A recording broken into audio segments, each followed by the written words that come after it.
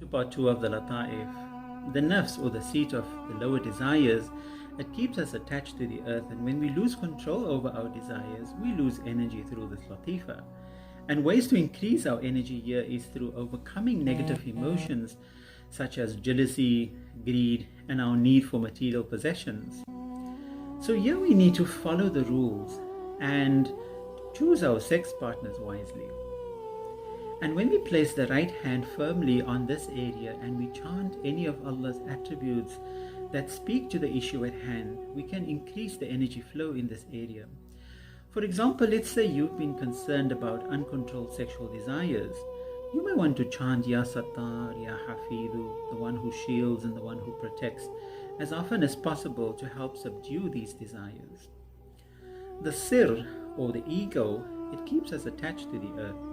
Because it's connected to the sympathetic nervous system, we may feel the effects of grief, anxiety, depression, and our fears in the area of our lungs and our liver. So placing the hand firmly on this area and reciting Ya Salam, for example, O giver of peace, will help to release negative emotions. The qalb, or the heart, is the gate of divine love, but it is also the battlefield between the lower and the higher self.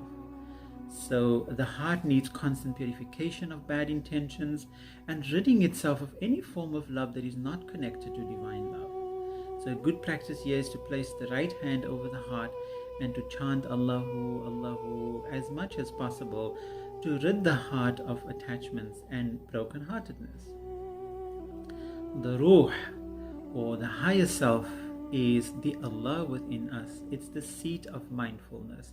It's the portal that keeps us aware of our true nature, which is a spiritual being on earth having a physical experience and not vice versa.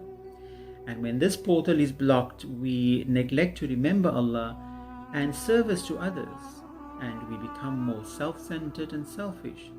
So a spiritual practice to keep mindfulness is to sit in seclusion, to lower the chin and to visualize that area and to chant any of Allah's attributes that resonate with us in the time.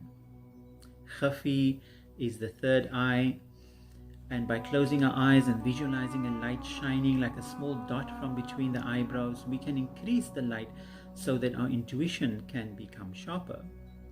And finally, the akhfa, which is the crown on our heads, is this portal that when it is open, it creates awakeness and increased wisdom and knowledge, and it's where we experience the existence of Allah. It's where the lover and the beloved becomes one.